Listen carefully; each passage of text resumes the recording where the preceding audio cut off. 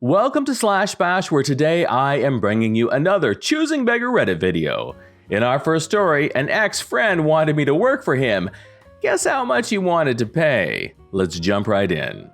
15 or so years ago, yeah, quite some time ago, so I'll recount the story as I remember it. I'd found myself in a weird situation where I'd been left jobless after leaving my previous job to start a new one. The new job never materialized and I found myself out of work. Thankfully, I'd kept enough savings to cover my mortgage and bills for a few months. One of my neighbors, whom at this point I'd been friendly with for a few years, was a self-employed air conditioning fitter. I'd mentioned to him my predicament over a drink at our local bar, and he mentioned he may be able to help me out in the short term with some small jobs he had coming up. Great, I thought. A few extra dollars won't hurt, right? Plus, doing some manual work may be just what I needed. Well, a week passes and my neighbor gives me a call and mentions he has a friend that needs some development work done. I am a software engineer by trade, and would I be interested in being introduced to them? This surprised me given his background as a tradesman, but sure, this sounded great.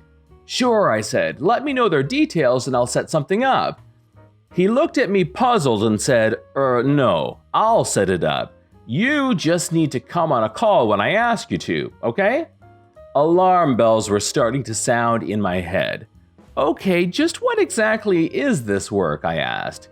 He responded that they were looking for someone to do a quick once-over of their website, nothing too serious. Apparently, they'd had an agency build it for him a few years prior and needed some maintenance work done.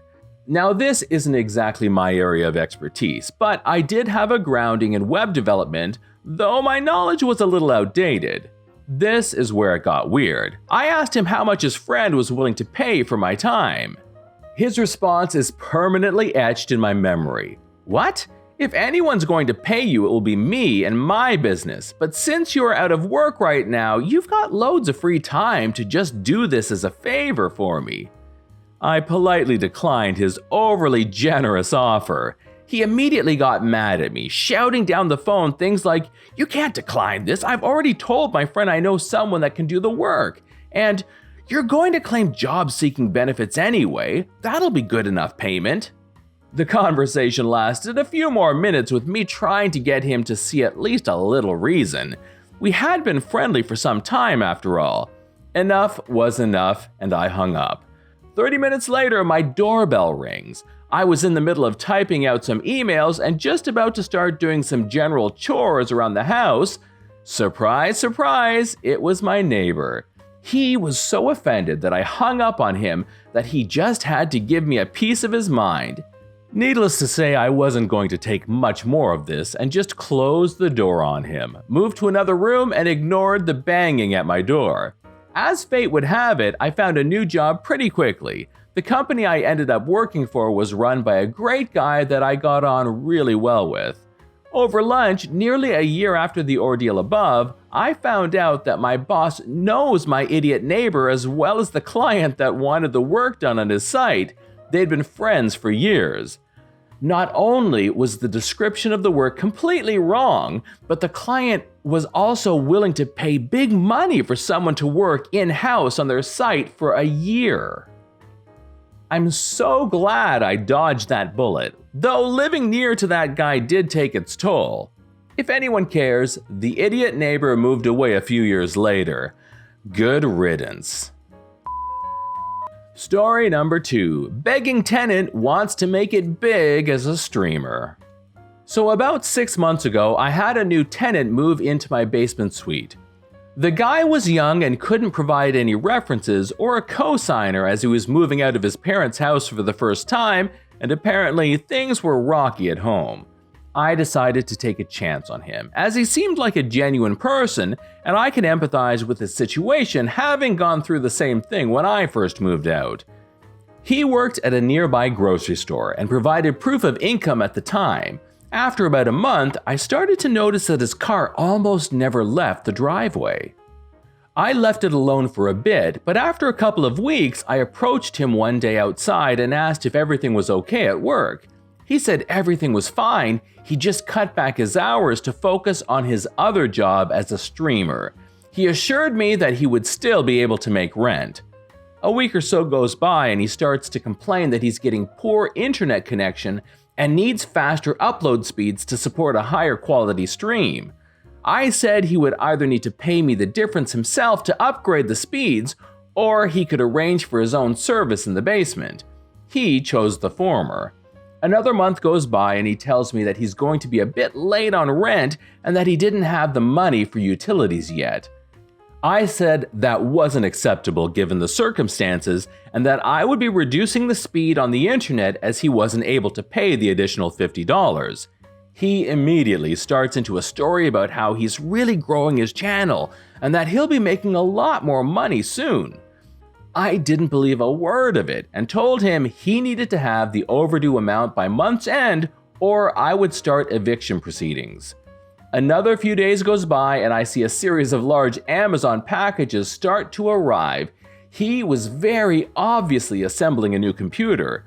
I chose not to confront him about it as it wasn't my business as long as he caught up on rent.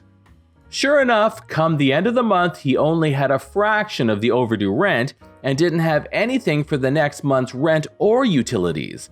I'd had enough and told him he needed to get out as soon as possible or face eviction. He got really agitated with me, but said he would have his friends come over the following day to help him move to a friend of his place. I wake up to furious knocking on my door the following morning. He launches into a rant about how my reducing the internet speeds prevented him from seeing any growth on his channel and that it was my fault that he hadn't made enough money to pay rent. I said I didn't care and told him he needed to be out by end of day and pay me the rent he already owes me as soon as possible.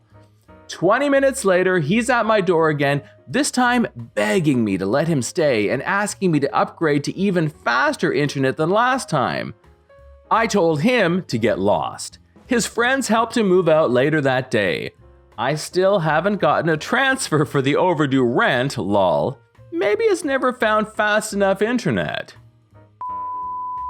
Story number 3. Choosing Beggar thought she was getting a deal. My wife and I decided to sell some used dishes that we had on Facebook Marketplace. They were probably 20 years old. A few pieces were missing or chipped.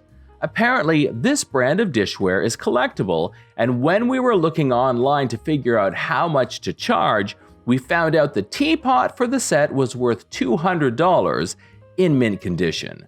Ours had a chip on the spout, so we had a too bad moment about it and then posted the entire set for $40. We included pictures, one of which had the teapot showing the chip on the spout and a list of everything included, including a note that some items were chipped from use. Maybe 30 minutes after we posted, a woman contacted us and said she wanted the set and wanted to know if we would take $30 for it. We were fine with that. She said it would take her 45 minutes to get out to us. She showed up about an hour later and I showed her the box of dishes. She immediately pulls out the teapot, turns it over, sees the chip and says, "Oh, I'm not interested." I tell her that is no problem and sorry she drove out only to leave empty-handed. Then she started complaining that we should have called out that the teapot was chipped or had better pictures. I told her the dishes were listed as having pieces missing or chipped, and she could have requested a picture of any item if she had wanted to, but did she really think we would list a full set with an undamaged $200 teapot for $40? She was still grumbling about wasting her time as she left. My assumption was she didn't want to ask any specific questions about the teapot before she came out, because she assumed we were just idiots selling a $200 item we didn't know we had for cheap, and she intended to resell it, so she didn't want to clue us in by asking questions. After she left, we sold the set to a woman who just needed some plates for her kids. I felt much better about that sale. This is John from /bash. Thanks for watching. If you've enjoyed the video and want to be the first to know when the next one drops, then subscribe and click on the notifications bell so that YouTube will actually show you my videos. We would love for you to drop a like, share it with your friends, and we will see you in the next one.